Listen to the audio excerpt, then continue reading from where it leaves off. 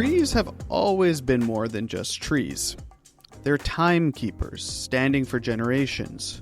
They cool the air, they anchor the soil, they give shelter, they clean water, and absorb carbon. Quietly, constantly, without asking for anything in return. Ultimately, what we're trying to do is mimic a native forest that would have been there 100 years ago. Long before we had blueprints or budgets, forests offered a model for what real infrastructure could be: self-sustaining, interconnected, and resilient. But as industries grew and economies scaled, we paved over the wisdom of those systems. Now, with the climate clock ticking, the question isn't just how to build better, it's whether we can restore what already worked. So as the trees grow, they sequester carbon. That's just what trees do. That's why they're an amazing technology. It's been around for almost 400 million years. In this episode, Shannon Smith, Chief Commercial Officer at Chestnut Carbon, breaks down how ecological restoration becomes climate infrastructure when it's designed to last. Their approach centers on long-term land ownership, native biodiversity, and rigorous carbon accounting. It's not about rebranding offsets, it's about returning to the systems that worked long before we interfered. We acquire land that does not have forest on it and has not for 10 years. It's often cattle pasture or crops, and then we plant a wide, diverse variety of native tree species.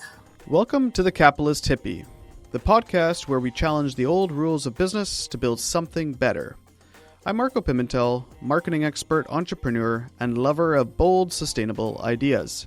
Every week, we dive into data-backed insights, groundbreaking ideas, and real-world strategies that help you outthink and outmaneuver the status quo. It's probably not a secret to many of your listeners that there have been some controversies and some negative publicity about some of the carbon developers that have operated in the past. And I think over the past year or two, a lot of those players have been weeded out of the market.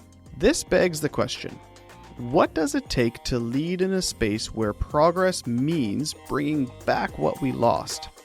That's what my conversation with Shannon is all about. Let's jump in.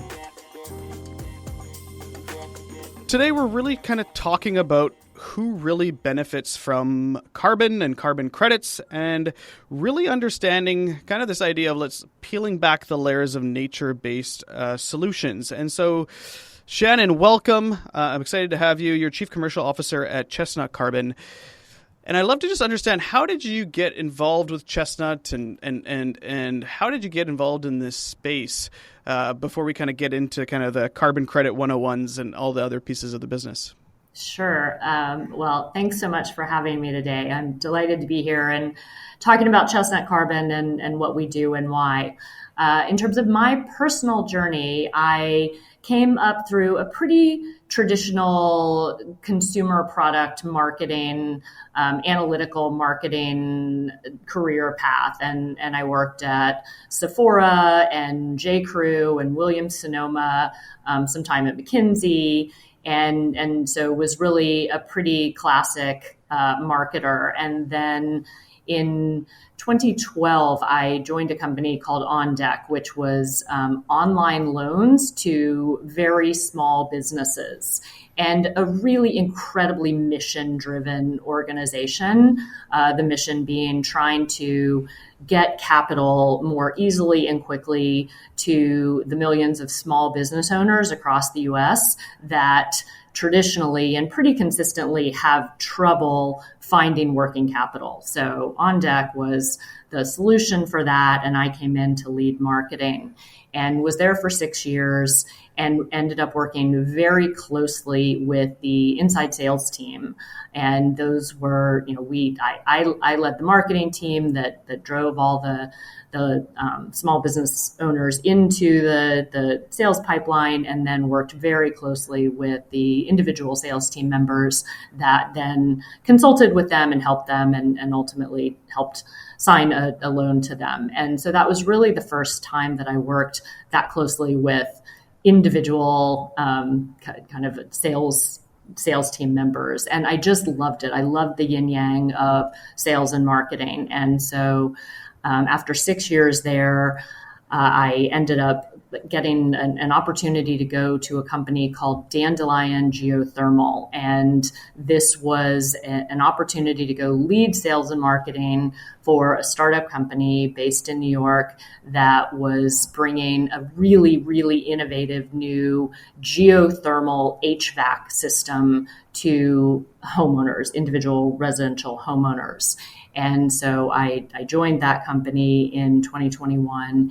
And that was very much a move into, clean energy and an environmental mission-driven product, and absolutely loved it. And so led the sales and marketing team there. We had tremendous growth for a couple of years, and I definitely will say that I became completely committed to how do I think about what I'm doing in the world and contributing to just a cleaner and healthier environment, which is obviously a big challenge for us right now.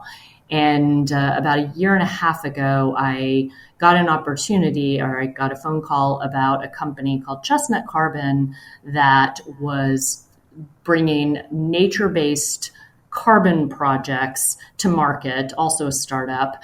And the opportunity was to come in and be the first chief commercial officer that was working with enterprise corporations to help them meet their net zero goals through our carbon project and our carbon credits. And this just seemed like an opportunity to take that commitment and that mission and passion to a much more scalable opportunity. And so I joined Chestnut Carbon in the summer of 2023 as our first chief commercial officer, and have been here ever since. And it's been an incredible journey. We are successfully bringing carbon removal products to enterprise corporations who have committed to net zero and are looking for really, really high quality products to offset their emissions and help reduce their environmental impact. And Chestnut Carbon credits are a really great opportunity to do that. So it's been an amazing role for me, and I've enjoyed every minute of it. Yeah, well, it's very neat. We had Michael Sachi from Dandelion on the podcast maybe in 2023 or 2024. So that's probably potentially at the time that you were there as well. And neat that you kind of crossed into Chestnut Carbon. And so Chestnut Carbon has, I think, recently raised $160 million of funding.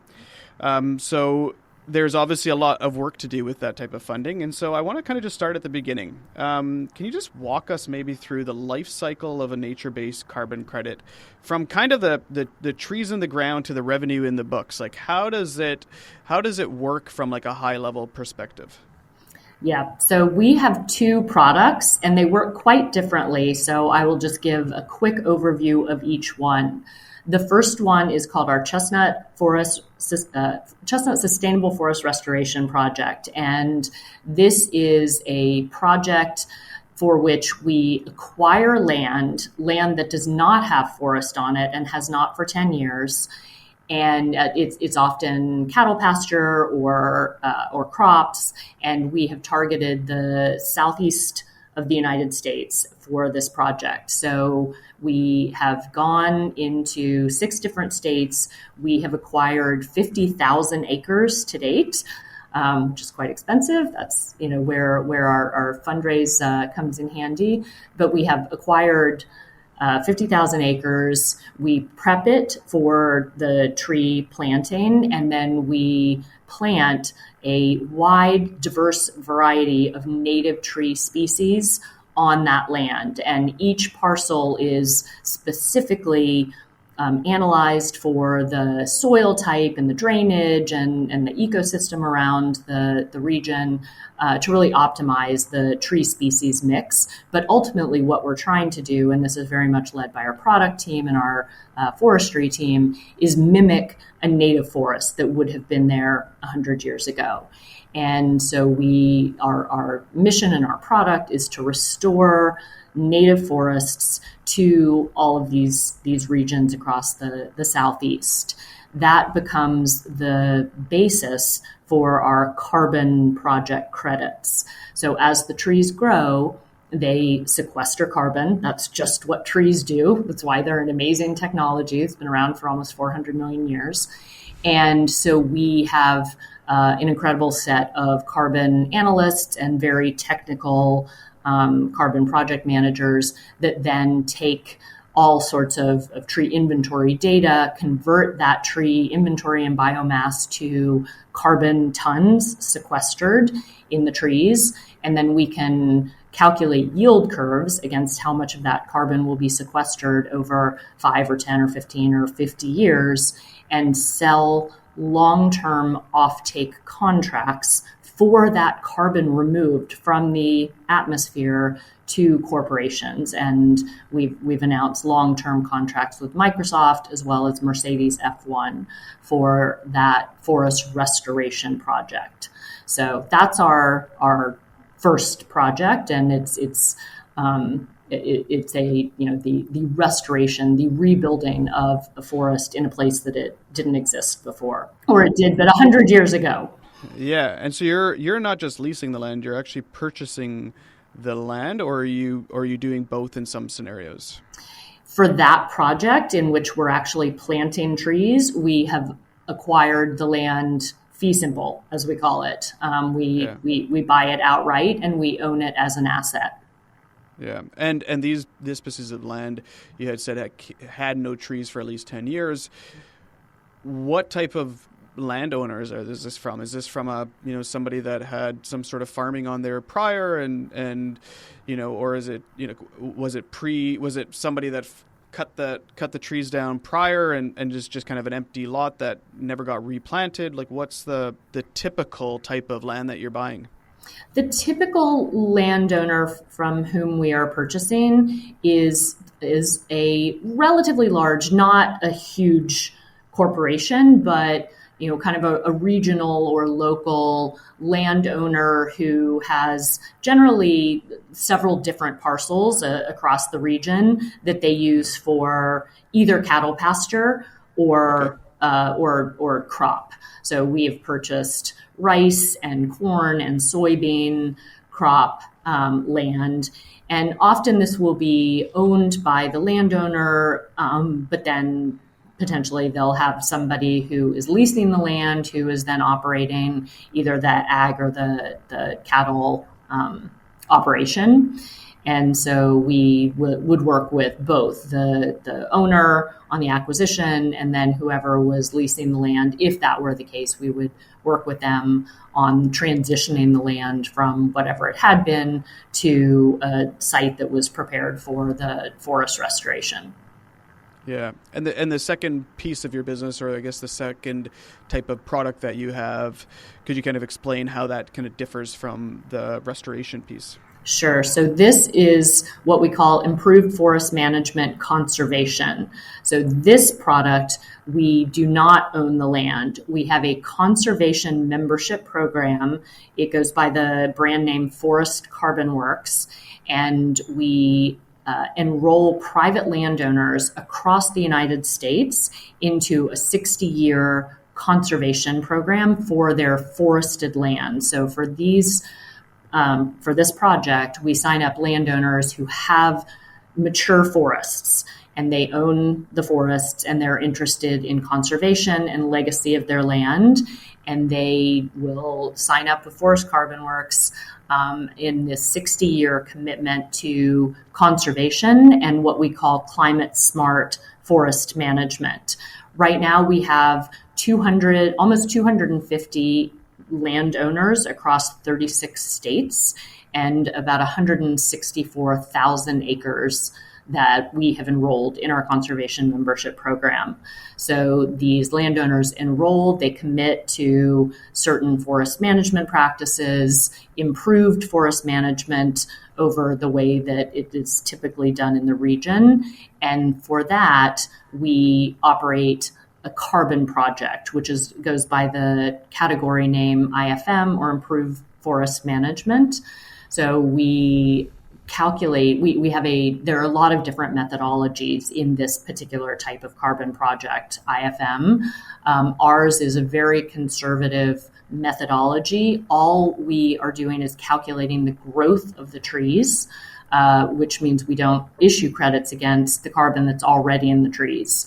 A lot of methodologies do that. We consider that less conservative, and we want to really just take measure and sell carbon credits against the growth of the trees.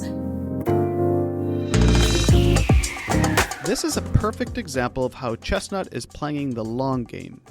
Instead of widening the eligibility to boost volume, they narrow it down to protect integrity. In a market where speed often wins, this kind of restraint is rare and powerful. It's not about how many credits they can sell, it's about how many they can stand behind. We calculate the growth of the trees over a 25-year period.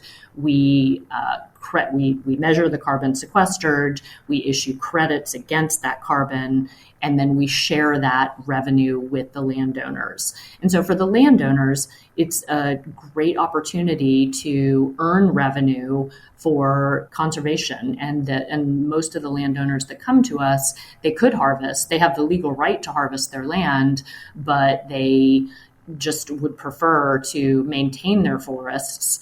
And this is a way for them to monetize that asset without having to harvest their trees and destroy that element of their property.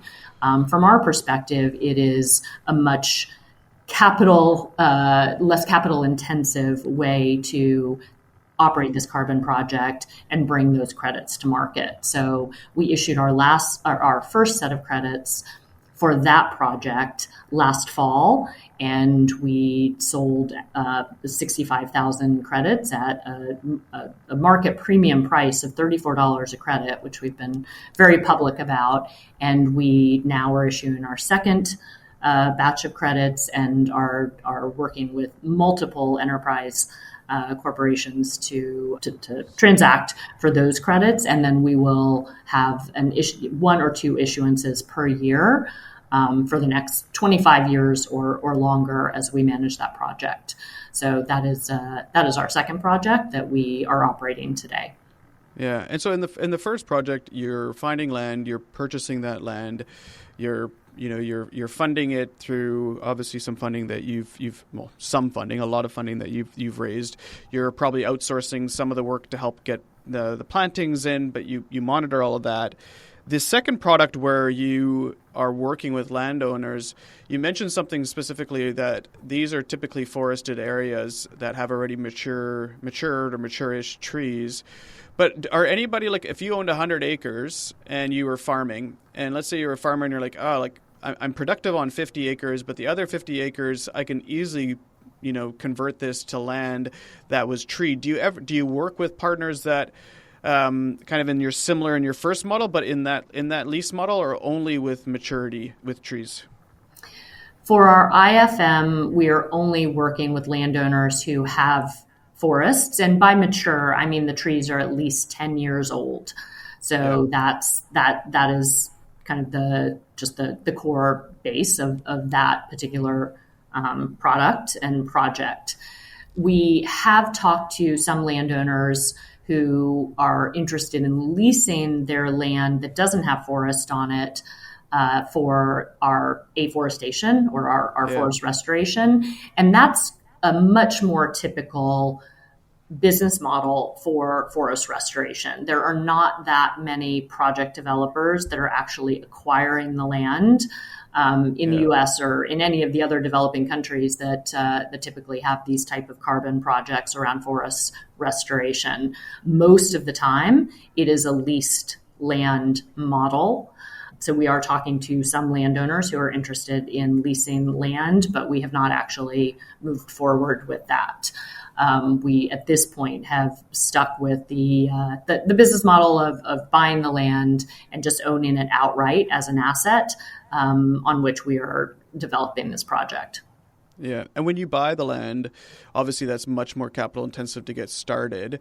At what point are you able to issue carbon sequestration on those trees? Is there a maturity point? Is it like, does a tree need to be 5 years old or 10 years before it starts to provide that sequestering of the carbon? Yes. So the tree starts sequestering carbon as soon as it starts growing, both in the roots as well as the trunk of the tree, and the leaves or needles. But we do not consider it mature enough to have an accurate measurement of the carbon sequestered until about year 5.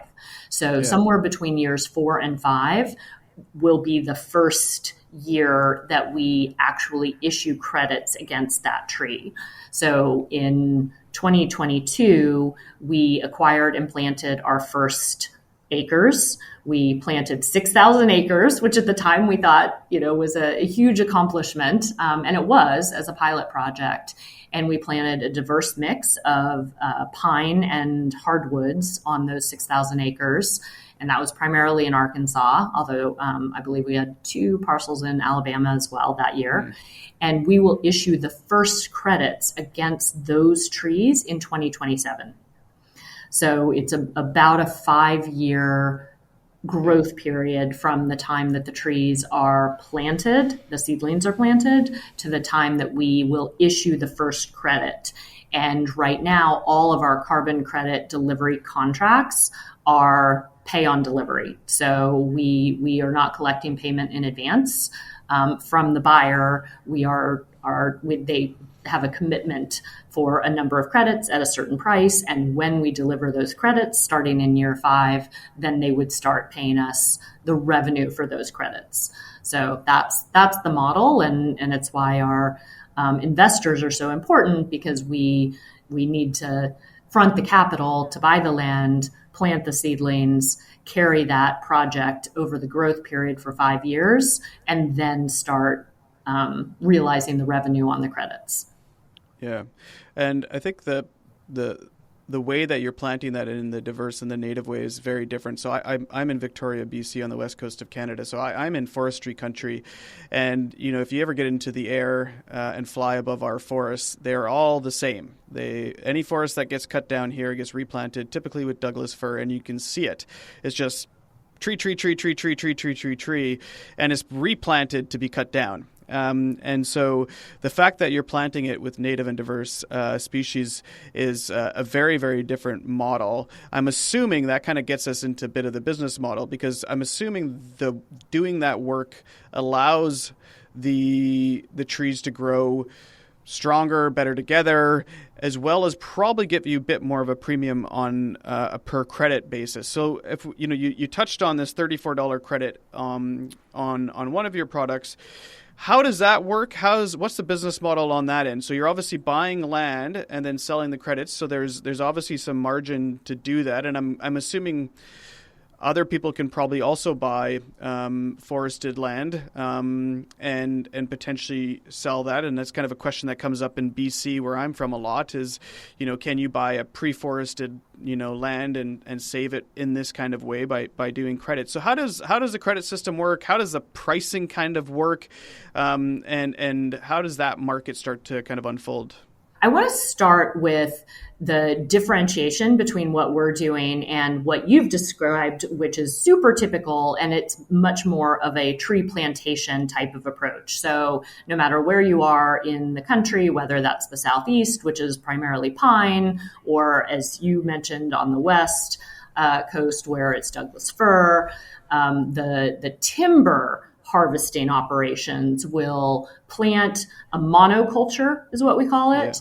Yeah. And the intention is entirely to plant the trees, wait until they are just old enough to harvest for the timber market, clear cut them all, and then replant the trees. So that's just a classic timber harvesting operating model. We obviously are taking a very different approach. And not only are we looking to restore a native forest for the environmental benefits, but it's actually a huge part of our risk mitigation strategy as well. So if you're in the South and you have a pine plantation and all of a sudden the pine beetle comes in, which has been a huge problem in Mississippi this past year. They've had a massive infestation of pine beetles, which were essentially it was enabled through the drought that was in the region, huge pine beetle infestation, and they've lost millions of trees.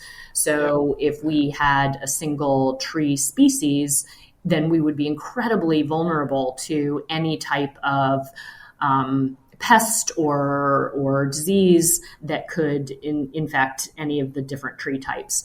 By going in with this diverse mix of trees, and we typically try to have somewhere between 40 and 50% of native pine, because it is indigenous to the region, it grows really quickly, it's a very healthy tree, but we fill in we balance that with at least 10 and sometimes up to 15 different hardwood species within the same plot of land or parcel of land.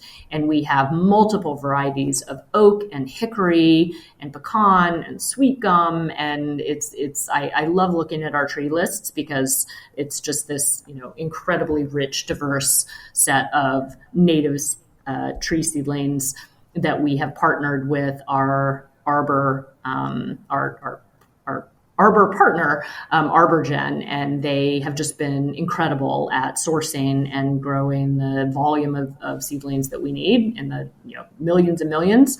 But what we are doing in creating this diverse tree forest is we're really, really mitigating the risk of any specific disease that could befall any specific tree species.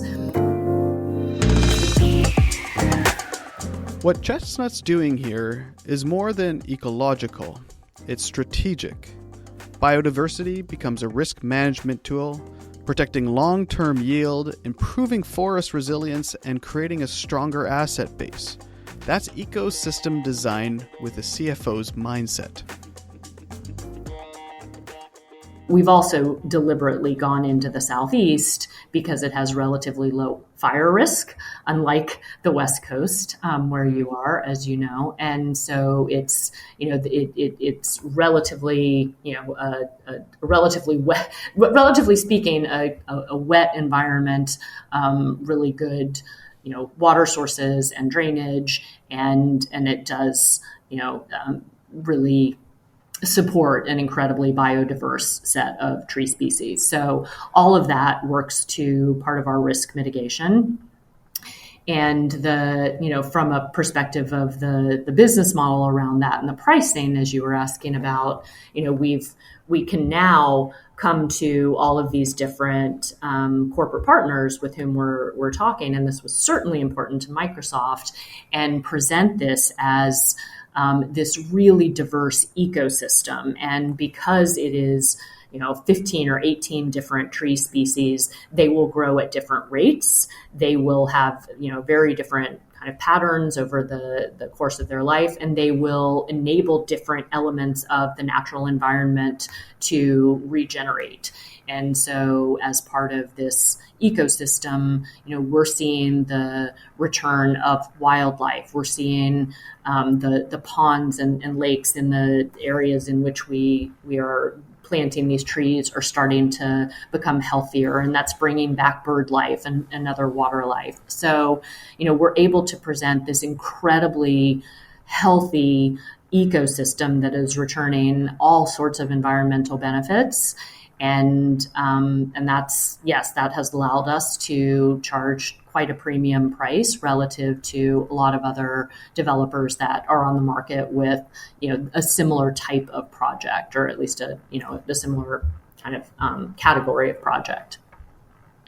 Yeah, and so when you talk about Microsoft, they committed to buying, I think it was 7 million credits from you over 25, That's 25 years, which is amazing. And the fact that they bought that and committed to all those years obviously is a huge part in your commitment to be able to go ahead and purchase this land and do these type of commitments. And so permanence, I guess, and how you structured it and where you're doing it, and is really what kind of drives this kind of cost for credits to be able to do that and do that with the way that you're doing that, which is really, really incredible. What's the you've spent a lot of time in marketing too. So like, what's your pitch to companies that see carbon credits kind of as a cost center versus it potentially being a growth lever, not only for their company as a business, but also for their goals, and for their purpose, for employee engagement. Like, what's that kind of discussion like? So the companies that are really at the forefront of this industry, and they range from the technology companies, financial service companies, strategy consulting firms, some of the CPG companies, a lot in the US, some in Europe as well, are just really at the forefront of this net zero commitment. And so the marketing pitch is this: most of the companies that are moving forward with their net zero commitments, and I just to kind of pivot a little bit as a side note, we are often asked if the new administration is impacting companies' decisions around their net zero commitments. And I can say definitively that the companies who were making these decisions to commit to a net zero at some point in the future and putting investment dollars into carbon credits along with other types of decarbonization strategies, they weren't doing it because the prior administration supported it, and they haven't pulled back because the current administration isn't really getting behind it and supporting it. I think they're doing it out of their own strategic initiatives. And from what I hear from them, that motivation is coming from their board, it's coming from their customers, it's coming from their employees. It's internal drivers of this commitment to net zero. This is huge, and honestly, it's under-discussed. If you think climate strategy lives or dies by who's in office, you're missing the real driver. Companies are making long-term climate bets because their boards expect it, their talent demands it, and their customers reward it. This isn't politics, it's positioning. Most of those companies are looking for partners that they can work with for long periods of time. If they have a net zero commitment in 2030, 2040, 2050, they really want to find partners that they can commit to and have long-term relationships with. And I think that's where Chestnut, as we have been able to present ourselves to the market and I think have come across and proven ourselves to be professional and experienced and have this, a very deeply experienced executive team across forestry and product and commercial and finance and legal. We're backed by Kimmeridge, which is an alternative asset investor with over a decade and $5 billion in asset management in land projects in energy. So we come with this incredibly impressive resume of experience and professionalism. And so that combined with the backing of our investors and the capital that we've been able to raise, we can present ourselves as a high quality, trustworthy,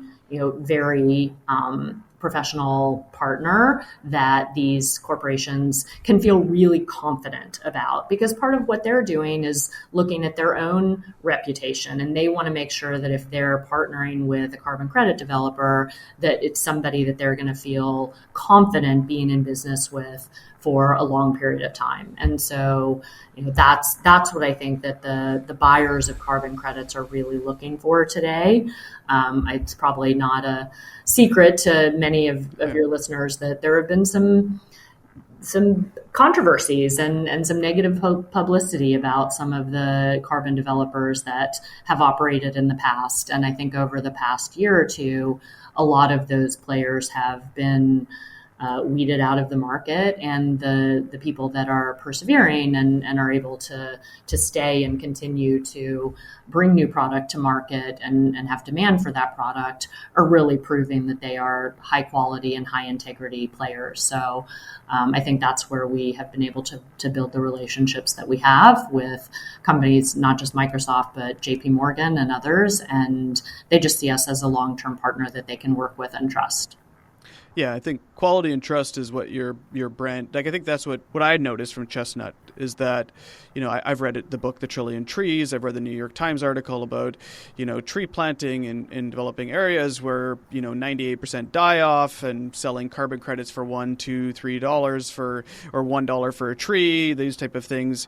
And, the fact that you're buying your own land, you're partnering with these landowners, the standard that you've done and the level that you're doing this in, especially with how you replant, is very different. And I think that's what the market got kind of highlighted. It was all the negative, but inside there's companies like Chestnut that are doing these things. There's companies that are doing really, really great work, and it really shows. So you've raised all this money.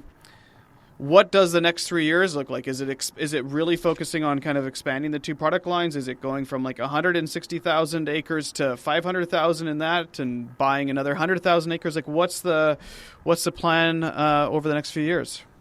Yeah, it's primarily growing the two products that we have. So we have, a significant commitment already signed with Microsoft. So we have a lot of acres that we need to acquire this year. We just finished our 2024 planting season. So we're now starting the process of our 2025 acquisitions that we will continue throughout the year. And then we are talking to other prospective buyers. So that would mean additional land acquisition that we need to go out and find the right land and find the right partners to work with on the development of that land. So that's a big part of our corporate focus, is just continuing to stay the course, deliver on our commitments and grow our portfolio. At the same time, we have pretty ambitious goals to grow our conservation membership program. So for that, we sign a landowner up for the 60-year conservation membership. But within 30 days of them signing the contract with us, we give them essentially a deposit or a forward payment on their first year of credits. This is one of those small moves with a big ripple effect. By offering an early financial reward, Chestnut's not just signing contracts, they're building momentum. If you're working on long horizon systems, this is your lesson. Upfront incentives don't just create buy-in, they signal trust, reduce drop-off, and keep the flywheel moving. This is really just to, get them excited about the program and reward them for coming in and signing up with us for this very long-term commitment. But we're fronting that money to pay them so that we can get them that payment quickly. And then we enroll their land in the project, go through all of the auditing and the accounting and the registration process, issue that credit, and then sometimes a year later get final payment for, bring that credit to market and sell it and get the revenue. So part of our funding is going to continue to operate that program and make those payments to landowners as they're enrolling in our program. So those are the two things that are most top of mind and are real strategic initiatives and corporate focus, just the growth of those two programs. But we have a very creative executive team. So there's always a lot of other conversations going on about other things that we may do, other ways we may monetize our land assets, other ways we could potentially utilize our project expertise and our forestry expertise and our technology. that is proprietary. We have proprietary MRV technology that is a huge part of our overall business model and competitive advantage. So we're finding ways that we might be able to use that as well. So a lot of creative ideas brewing, but we'll consider it a successful year if we hit our growth targets around our reforestation and our conservation programs. For people listening that are just thinking about this space, just the overarching carbon market space, where do you think what are overlooked areas, and where do you think innovation is kind of desperately needed in the entirety of kind of the carbon market space? Yeah, I think, the innovation is an interesting question in this area because, there is a lot of there are so many startups coming into the carbon space in a lot of different aspects. There are different technologies that are coming in to support nature-based carbon project developers. There are a lot of new technologies that are being tested and piloted around carbon capture. So I think that there are a lot of people that are trying to be innovative and trying to find more ways to capture and sequester carbon as it becomes a bigger and bigger problem for our environment. But I think, as we look around, I think some of those will work, and we hope that they do. And we certainly need all of the productive methodologies and technologies that can help with that. But we're also already seeing some of those technologies tested and fail. And so I think that, there will be more new ideas coming to market, and some of those will work and some of those won't. But it's a very active space right now. And I think there are, as you look across, different venture funds and other investors in capital investments in carbon project developers, there are hundreds that have come into the market trying all sorts of different things, and we'll see what essentially what works and what is a success story, and we'll celebrate those. But we also have already seen and will continue to see that some of those drop out and don't work as planned. I think in our space, we are continuing to build on our own technology platform. We have a proprietary land database that we have built in-house that allows us to very quickly assess the carbon capture potential of any parcel of land across the entire United States, whether it has forest on it currently or not. And that's been a huge part of our decision criteria around buying land or signing up landowners for our conservation membership program, is we can very quickly assess the carbon capture productivity. And then, as I mentioned, we have a proprietary device that is an MRV tool that allows us to capture forest inventory incredibly quickly and much more cost effectively than traditional forest inventory capture methods. And we consider that a huge part of our competitive advantage, and the reason that we're able to cost effectively manage a conservation program across 36 states and 160,000 acres currently, with big ambitions to grow that to hundreds of thousands of acres. So in our world, it's our data set and our data platform and our carbon accounting platform, and then our field capture devices that we're really building on in terms of the innovation in our own business, and then potentially how can we leverage that for other uses. So that was a little bit of external and then a little bit of internal, but I think it'll be a fascinating industry across the board to watch for what's to come. Shannon, thank you so much for joining me. That was really enlightening. If you go to Chestnut Carbon, you can kind of see that you're building something different, and it's obviously taken notice. You've raised $160 million recently. You've signed a 25-year deal with Microsoft for, I think it was 7 million credits. I guess the question is, why did Microsoft believe in you, and why was it important for them to do this? Marco, thank you so much for having me. Loved the conversation and talking to you as well. And in terms of our partnership with Microsoft, it's it is what they're doing effectively, and we are happy to partner with them on this, is they are starting to transition the way that companies think about buying carbon removal. And they have essentially structured our project almost like a power purchase agreement. These are really, really, traditional and well understood energy agreements between companies and providers. And Microsoft is moving in that direction for their carbon removal commitment. And so that is how we really thought about this, is it was a 25-year commitment with a very specific carbon removal delivery timeline, and committed pricing and volume of tons of removal per year for 25 years. And so in committing to that, that is allowing us to get the funding that we need to develop this product and this project, and it's giving Microsoft a commitment and an amount of carbon removal that they know that they can plan for and rely on, with a price that they can plan around for 25 years. So that was really the basis of the spirit of the contract.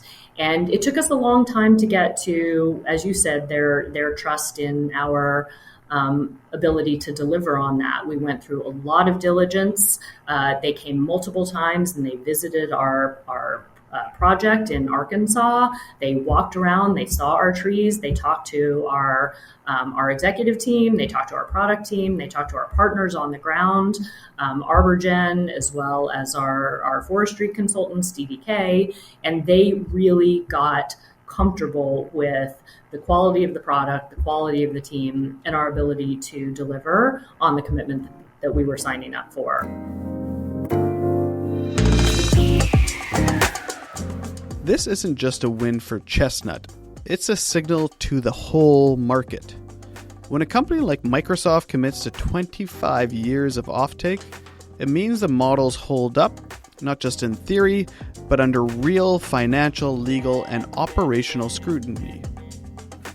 It was at that point that they agreed to sign not one, but two consecutive 25-year offtake commitments as part of this contract, which, as you noted, totals 7 million tons of carbon removal. So it's really been a journey. It's one we're continuing. We're now in conversations about what's next. But it was, we felt, both of us, that it was a huge step in moving carbon removal to just another type of contract that companies can really think about in the same way that they buy energy or other long-term commitments from trusted partners. Yeah, and the fact that you're, essentially, a startup in a space that does have options for Microsoft to come in and do this at this time shows a lot about what you're building to be able to partner with them. So it's really, really great to see for the entirety of just the market in general when it comes to these type of projects. So well done. Well, thank you for having me. It was great to speak with you. Chestnut Carbon isn't just planting trees. They're restoring systems that sustained us long before we disrupted them. By owning the land and measuring only what's truly been sequestered and aligning incentives over decades, they're building trust where the market has lost it. This isn't innovation for its own sake, it's infrastructure that's rooted in ecological integrity. Thanks to Shannon and the team at Chestnut Carbon for sharing how, in a space full of shortcuts, that kind of integrity is a competitive edge. Thanks for listening to The Capitalist Hippie. If you enjoyed today's episode, share it with someone you want to reimagine business with, and please follow us for the next episode. Talk soon.